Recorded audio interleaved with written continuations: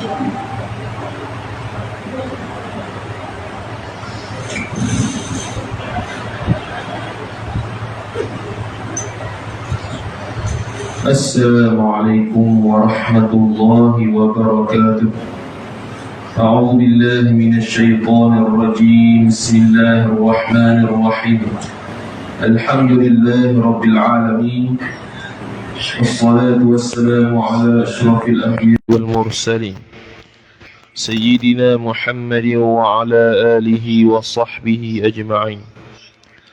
Subhanaka la ilma lana إلا ما علمتنا إنك أنت العليم الحكيم ولا حول ولا قوة إلا بالله العلي العظيم رب اشرح لي صدري ويسر لي أمري واحلل عقدة من لساني يفقه قولي وسدد لساني واهد قلبي بحق نبيك محمد صلى الله عليه وسلم اللهم أغننا بالعلم وزينا بالحلم وأكرمنا بالتقوى وجملنا بالعافية نوينا التعلم والتعليم والتذكر والتذكير والنفع والانتفاع والإفادة والاستفادة والحث على التمسك بكتاب الله وسنة رسوله صلى الله عليه وسلم ودعاء إلى الهدى والدلالة على الخير ابتغاء وجه الله مرضاته وقربه وثوابه سبحانه وتعالى آمين يا رب العالمين.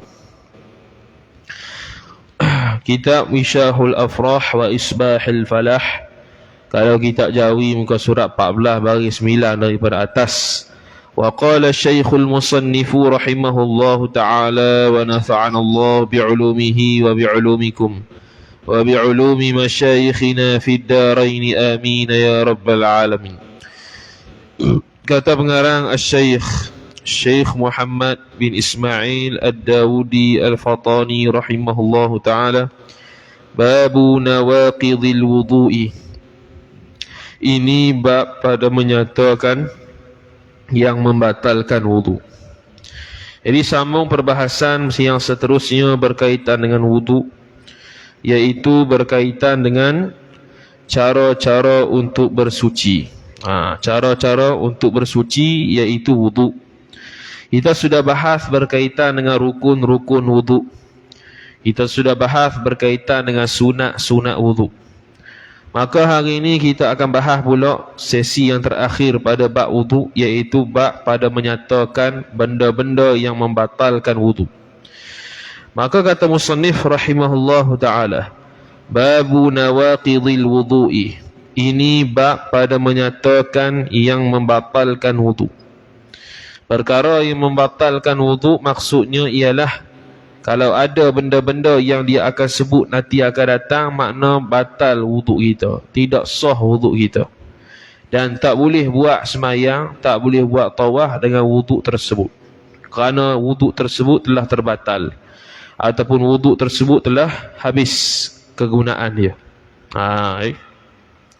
Kata musannif, bermula yang membatalkan wudu itu 5 perkara. 5 saja.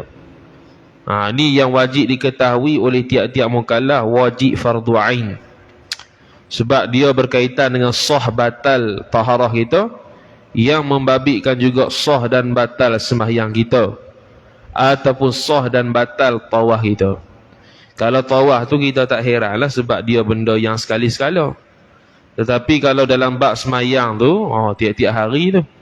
Jadi tiap-tiap hari kita akan berjumpa dengan taharah, tiap-tiap hari kita akan berjumpa dengan semayang. Maka kitab kita ni Mishahul Afrah, dia bincang 2 sahaja, iaitu bab berkaitan dengan taharah dan bab berkaitan dengan sembahyang. 2 ni sahaja, tak ada dah lain. Puasa dia tak sentuh, haji umrah dia tak sentuh, zakat pun dia tak sentuh. Dia fokus 2 ni sahaja. Pertama daripada 5, keluar sesuatu daripada kubul ataupun dubur.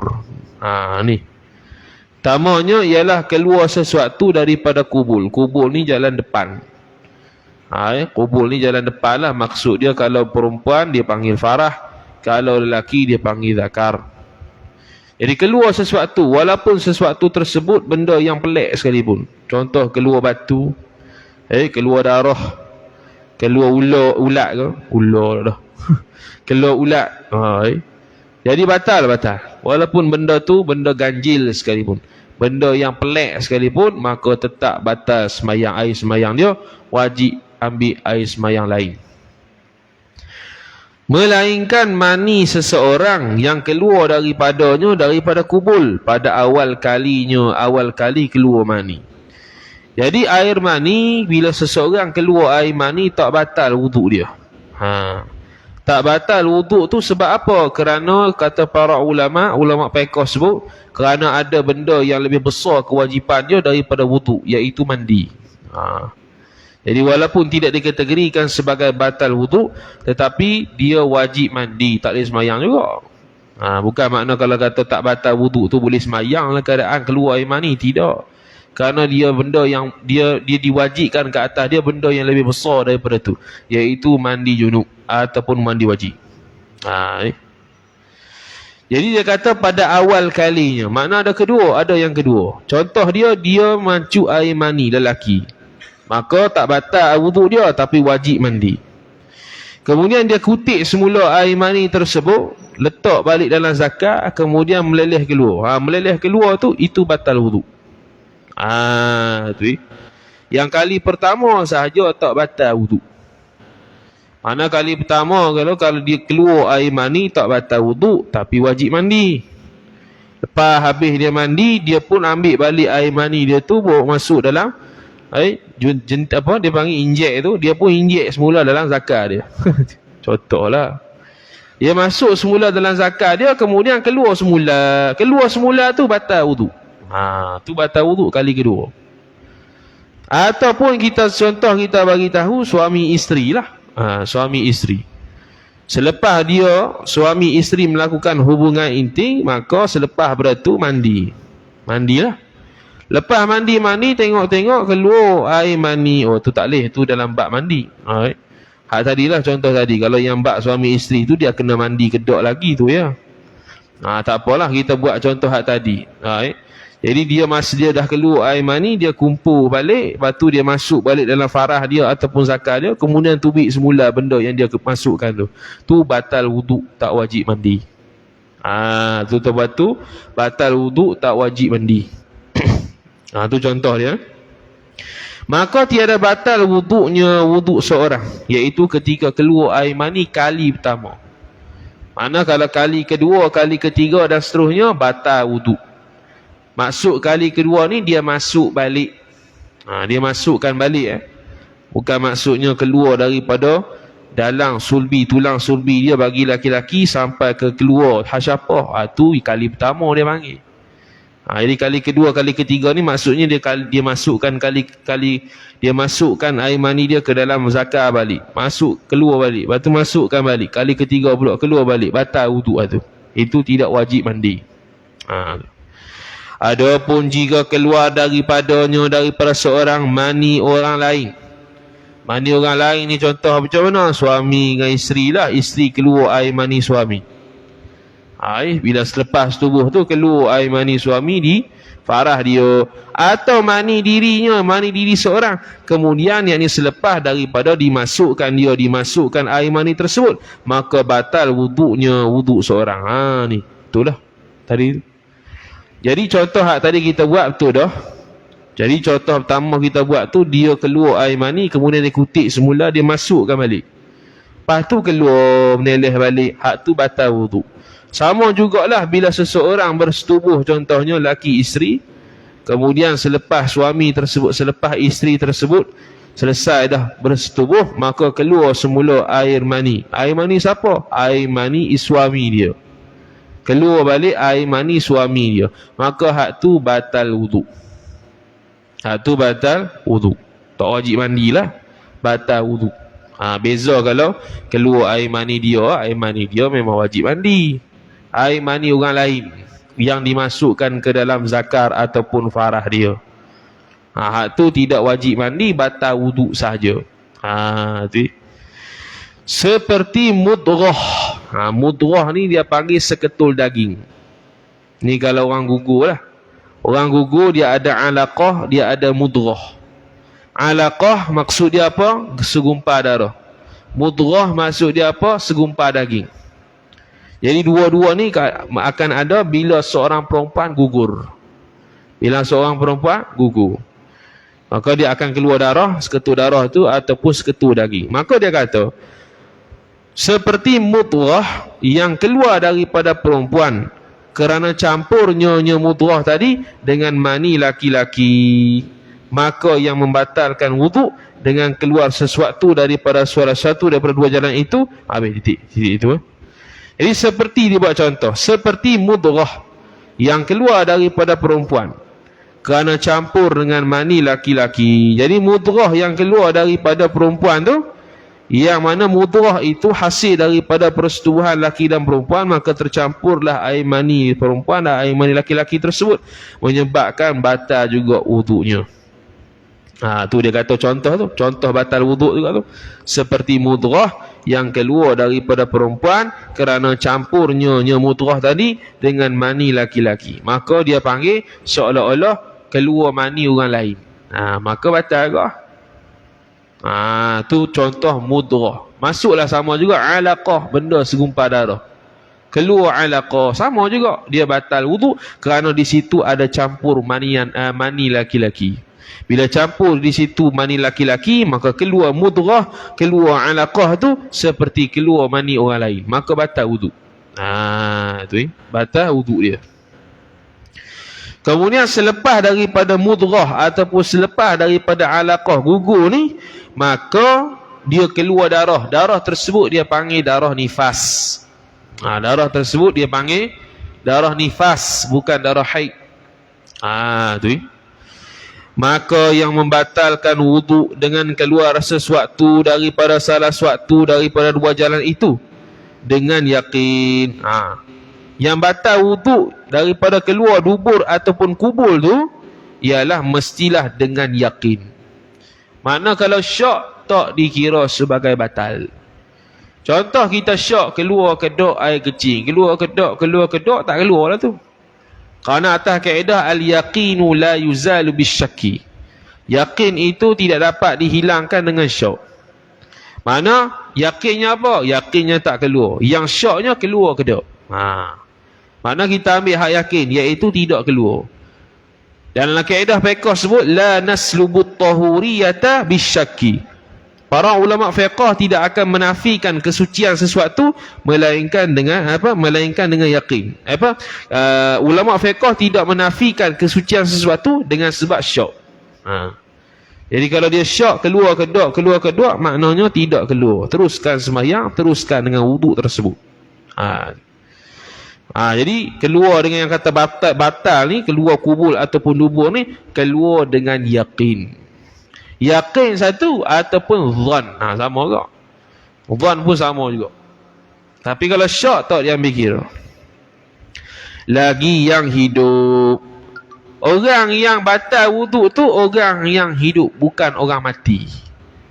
Contohnya ialah seorang suami mati, meninggal dunia.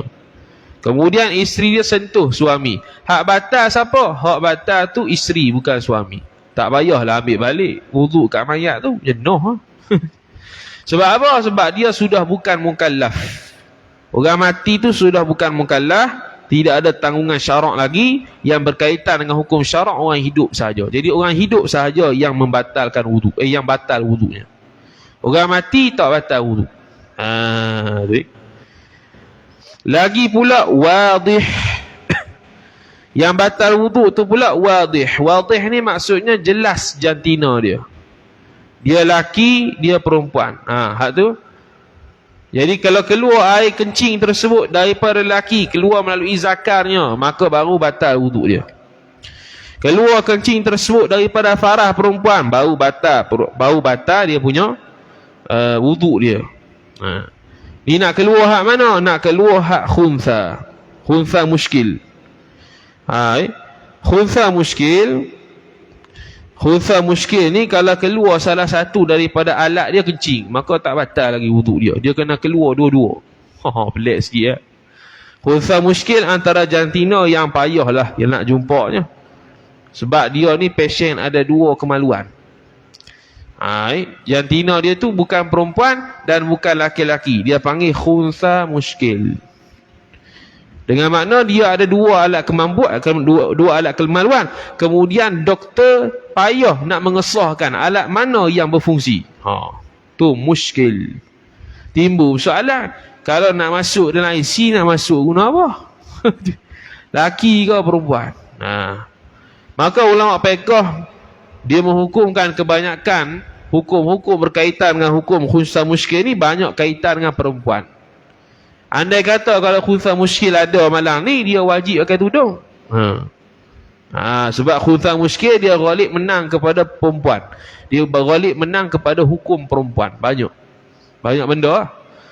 Jadi khunsa muskil ni kalau keluar salah satu saja air kecil tu di salah satu kemaluan dia, tak batal ismayang. Tapi kalau keluar kot dubu, batal lah sebab dubu satu ya. Tu. Maka keluarlah yang mati. Yang mati tak batal semayang. Kita sentuh dia, isteri sentuh dia, ajnabi sentuh dia, dia tak dosa, dia tak batal air semayang kerana dia bukan lagi mukallaf, dia dah mati.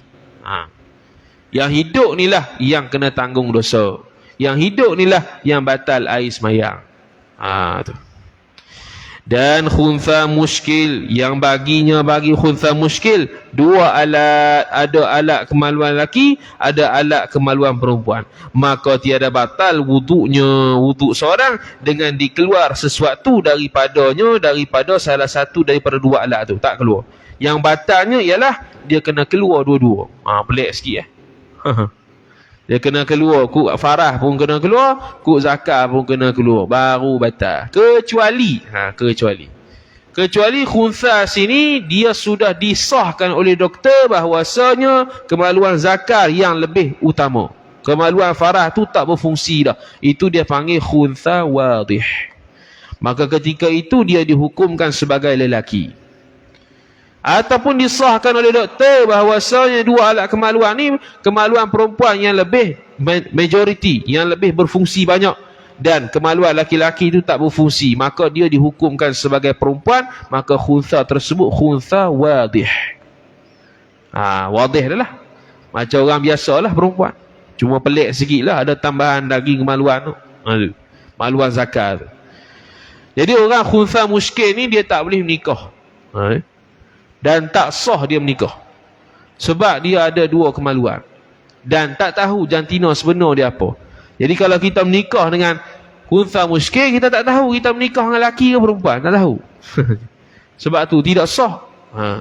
Kecuali selepas disahkan oleh doktor bahawasanya kemaluan dia yang berfungsi banyak ialah farah, menyebabkan kita hukum dia tu sebagai orang perempuan, maka hukum dia sah, barulah boleh nikah. Kalau tak boleh nikah pas sudah, baru boleh nikah. Kalau tak boleh nikah. Kata musannif rahimahullah subhanahu wa ta'ala.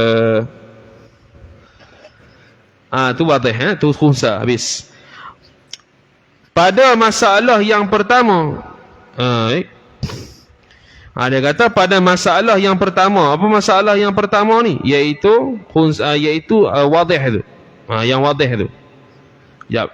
Dan khunsa muskil yang baginya dua alat, maka tiada batal wuduknya dengan dikeluar sesuatu daripadanya. Silap. Maka tiada batal wuduknya seorang dengan dikeluar sesuatu daripada seorang pada masalah yang pertama, iaitu orang yang mati. Orang yang mati, contoh dia dah mati dah, keluar tubik air kecil contohnya, keluar tubik tahi contohnya, tak batal wuduk dia. Tak batal. Ataupun orang bukan mahram sentuh dia, tak batal. Orang tu yang batal. Tapi nisbah orang hidup ni, bila keluar najis kat dia tu, kita kena bersihkan lah. Nisbah dia tu tak payah ambil balik ulang air semayang sebab tak batal. Tapi najis tu kena bersih lah sebab kita nak urus mayat. Dan khunsa muskil dan tiada batal wuduk seorang, melainkan keluar suatu daripada dua farah seorang pada yang kedua, yakni pada masalah yang kedua, iaitu khunsa muskil.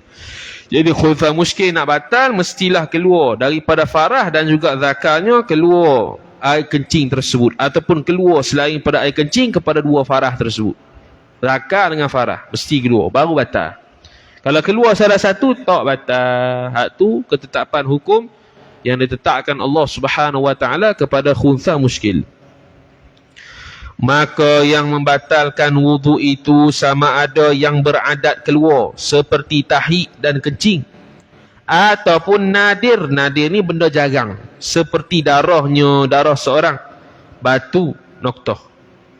Dan jika daripada darah buasir sekalipun, noktah. Darah buasir yang belum keluar buasir seorang, noktah.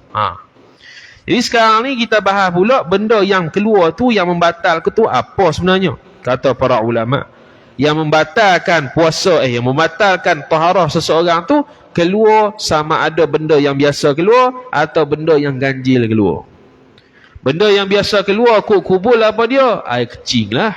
Tu biasa. Benda yang keluar daripada dubur, benda apa? Tahi. Tu biasa. Ataupun benda tersebut ganjil, benda yang jarang berlaku, iaitu keluar batu, batal juga. Sama ada kubul ataupun dubur, keluar batu. Sakit, batal. Contoh dia batu karang, wal'iyadzubillah, kecil-kecil keluar batu, batal. Ataupun keluar batu saja, batal. Ataupun keluar ulat, batal juga. Keluar darah, batal juga. Darah buasir sekalipun, walaupun tak keluar lagi buasir dia. Sebab apa dia kata gitu? Sebab kalau keluar buasir, batal dengan sebab keluar buasir, bukan keluar darah. Buasir ni ada dua pula pasien, buasir dalam, buasir luar. Kalau contoh buasir luar, buasir dalam, silap. Buasir dalam, jadi dia tak tubik keluar. Tapi buasir, darah ada, tubik keluar meleleh dekat dubur tu. Hak tu batal. Walaupun belum keluar buasir dia sekalipun. Tapi kalau keluar buasir dia batal sebab buasir, bukan batal sebab darah.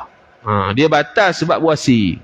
Keluar sesuatu daripada dubur dia, iaitu sini dia panggil buasir.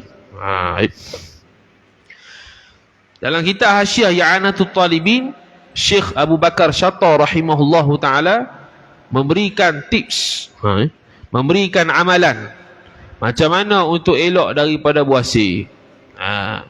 Antaranya ialah sembahyang sunat subuh 2 rakaat, baca rakaat pertama alam nashrah, baca ayat kedua, dan rakaat kedua alam tarakai. Tu amalannya. Tu juga disebut dalam kitab Fathul Mu'in. Baca berhabis lah dengan alam tarakai, Allahu Akbar. Jeng lagu tu. Baca berhabis alam tarakai, alam nashrah rakaat pertama, alam tarakai rakaat kedua. Insya-Allah taala bebas ia daripada penyakit buasir. Itu antara salah satu ikhtiar dari sudut mayang lah, dari sudut perubatan ikhtiar juga. Tu. Kemudian kata musannif rahimahullahu taala, dan sama ada batu itu jadi daripada najis atau yang ditelankan yang ditelankan batu, kemudian keluar daripada farah seorang, noktah. Batal tersebut kalau batu tu sama ada batu tu jadi najis dah sekali dengan tahi, batu keluar dengan tahi pun dia panggil batal. Ataupun batu tersebut hanya keluar semata-mata batu sebab kita pergi telan batu, keluar masuk, kita masuk dalam mulut, telan berasa nak berak, tengok kalau batu je, batu satu ketul batal juga walaupun tak keluar tahi. Keluar kot kubur juga batal juga walaupun tak keluar air kecing, walaupun tak keluar darah, keluar semata-mata batu, hukum dia batal kerana keluar sesuatu daripada kubur ataupun dubur.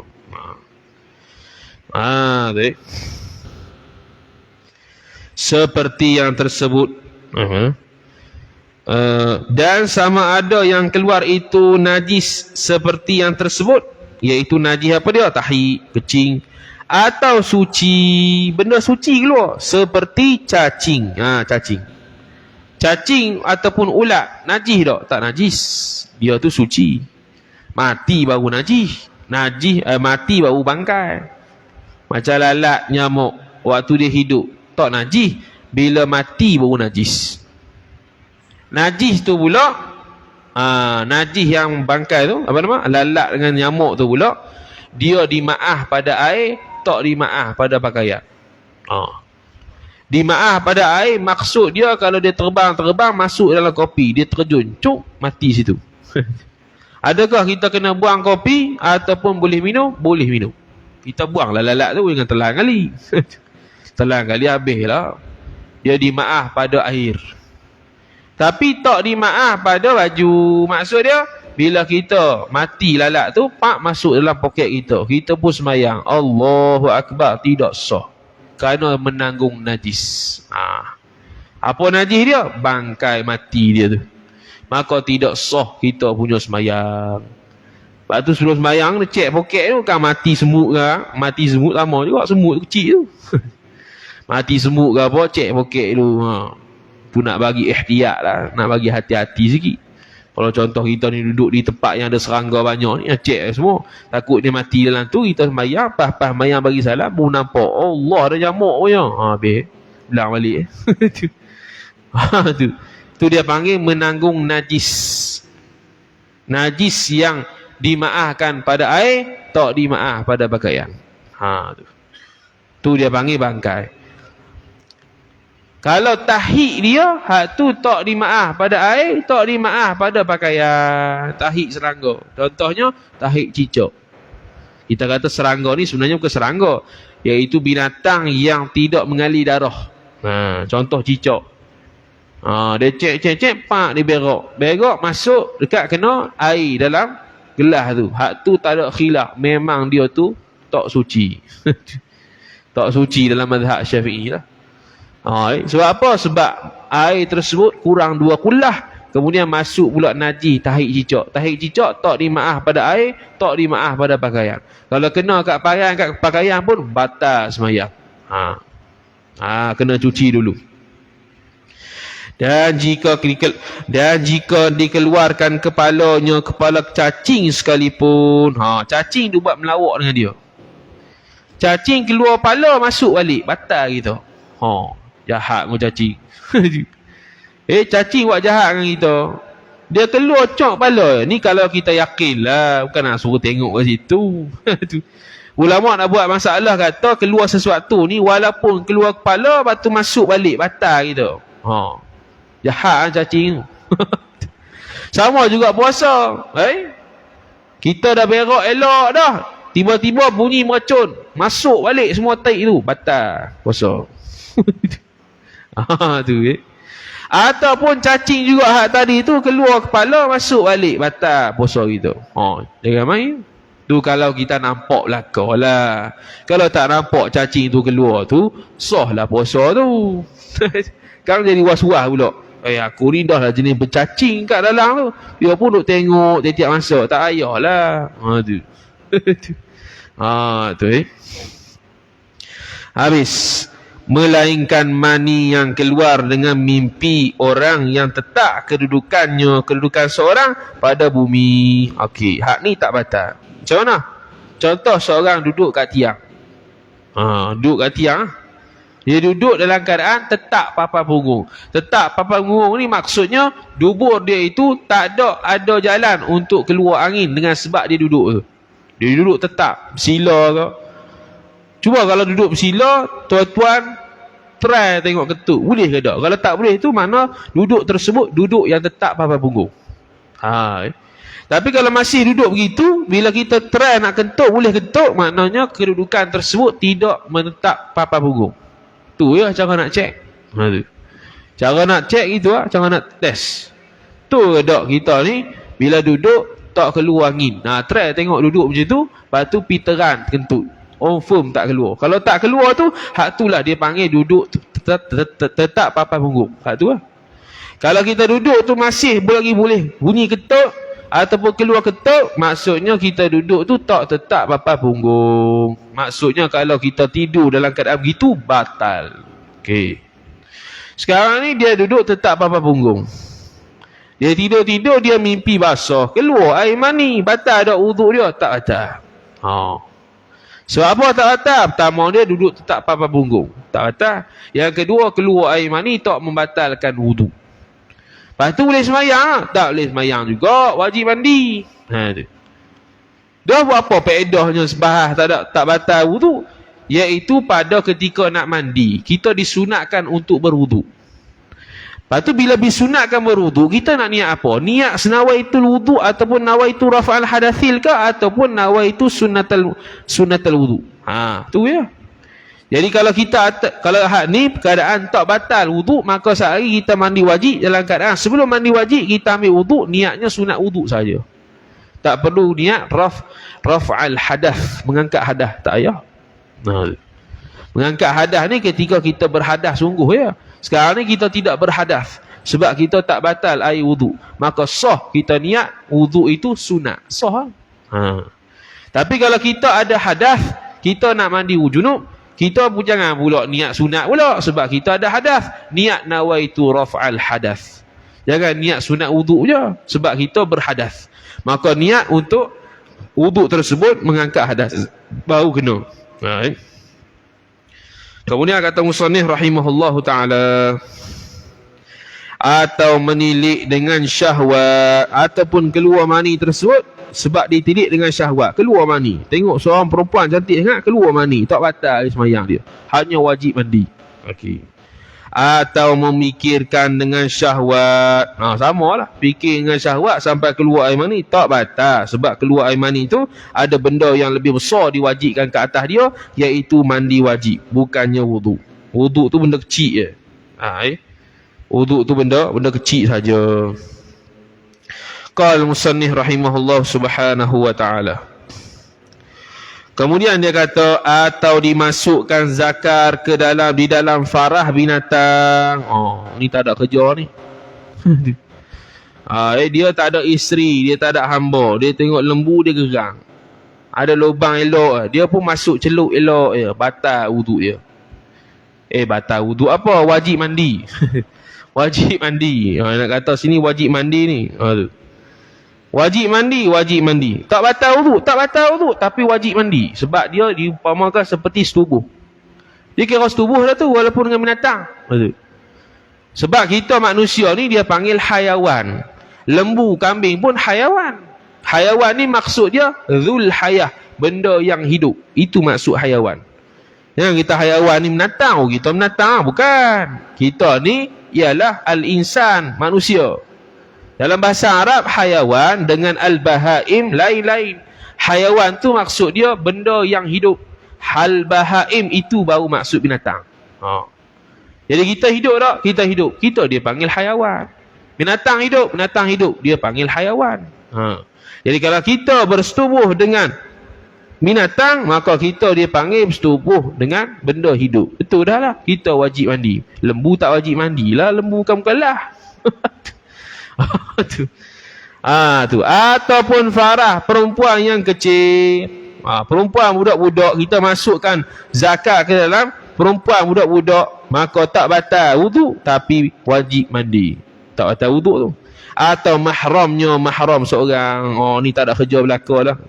Masuk ke dalam farah mahram seorang, ibu ke, kakak dia ke, maka tiada batal wudu seorang dengan keluar mani yang tersebut itu, kerana bahawasanya ia seorang mewajibkan mandi. Dia ada kewajipan yang lebih besar daripada wudu, iaitu wajib mandi. Maka disebabkan itulah dia tak batal wudu, dia hanya wajib sembahyang, wajib mandi.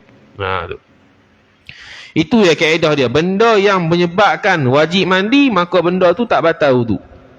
Kalau benda yang dia buat itu menyebabkan wajib mandi, maka benda tersebut tidak akan batal wudu. Itu yang pertama. Baru pertama bertadi. Ni baru kedua. Dan kedua daripada 5. Tidur ia seorang atas kelakuan yang tiada tetap punggungnya punggung seorang. Kita kata dah tak punggung ni, try tengok kita duduk macam mana. Duduk bersila tu, kalau kita berasa nak kentut, try duduk bersila. Rasa boleh kentut ke tak? Kalau tak boleh kentut tu, makna duduk macam tu tetap apa-apa punggung lah. Kalau boleh kentut, maksudnya kita duduk tu tidak tetap apa-apa punggung. Kadang-kadang dia tu kalau gemuk lajak dia ada ruang antara dubur dengan bawah tempat dia duduk tu, sehingga boleh keluar angin. Ataupun terlalu kurus, sama juga. Kalau orang normal, dia tak akan keluar lah. Orang normal. Sebab tu suruh try duduk. Duduk ke atas motor nak terkentut. Try tengok kentut. Boleh kentut tak? Kalau tak boleh kentut, maknanya itu kita duduk tetap papan punggung. Tu dia punya tobik dia. Kemudian kata musannif rahimahullahu ta'ala, yang tiada tetap papan punggungnya punggung seorang. Demikian lagi jikalau tidur berdiri. Dia tidur berdiri.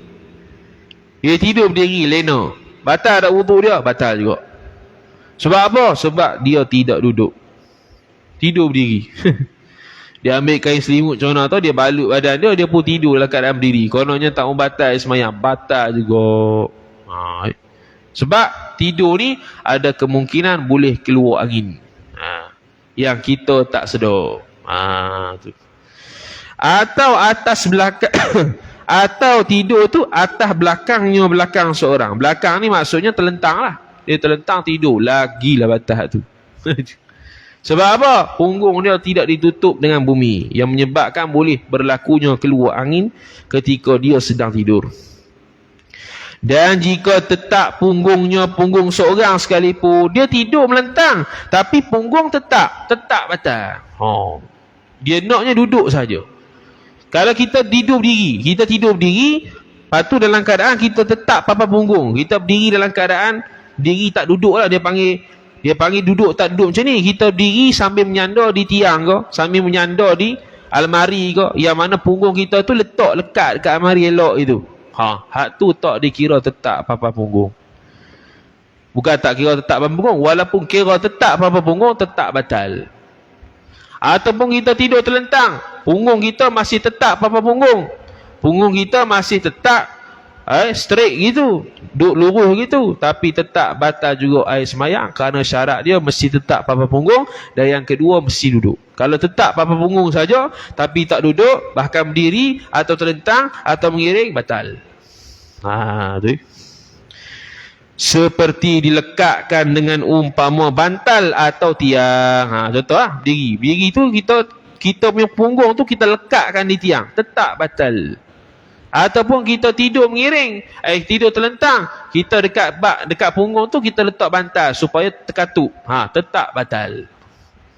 Tetap batal. Sebab apa? Sebab dia tidak duduk. Dia mesti dalam keadaan duduk. Dan ketiganya, hilang akal, makna gila. Jika mutamakin sekalipun dengan sebab sangat sakit atau mabuk atau gila atau pitam atau gila babi atau lainnya. Mutamakin sini duduk tetap papan punggung lah. Mutamakin dia gila, dia tetap papan punggung, dia gila, batal juga. Dia gila babi dia pitang, dia pengsan, apa-apa saja yang menghilangkan akal dia, mabuk dan sebagainya, batal air semayang. Sehingga kan Syekh Nawawi Al-Bantani rahimahullah sebut dalam kitab Kasyifatus Saja, siapa-siapa yang berzikir sampai fana tak ingat apa, batal wuduk dia. Dalam tasawuf ada dia panggil istilah zikir sampai fana tak ingat apa dah, gila dengan Tuhan dah, itu batal wuduk dia. Sebab hilang akal, sampai berzikir tu hilang akal. Tak sedar ke diri dah. Hak tu batal wuduk juga. Jadi apa-apa keadaan yang menyebabkan hilang akal dia, batal wuduknya. Habis. Dan keempatnya, wallahu ta'ala a'lam. A'udzubillahi minasyaitonirrajim. Bismillahirrahmanirrahim. Alhamdulillahi rabbil alamin, wassalatu wassalamu ala asyrafil anbiya'i wal mursalin, sayyidina Muhammadin wa ala alihi wa sahbihi ajma'in. Allahumma zidna ilma warzuqna fahma. Allahumma zidna ilma warzuqna fahma. Allahumma zidna ilma warzuqna fahma. Wa sallallahu ala sayyidina Muhammad wa ala alihi wa sahbihi wa baraka wa sallam. Walhamdulillahi rabbil alamin. Wassalamu alaikum warahmatullahi wabarakatuh.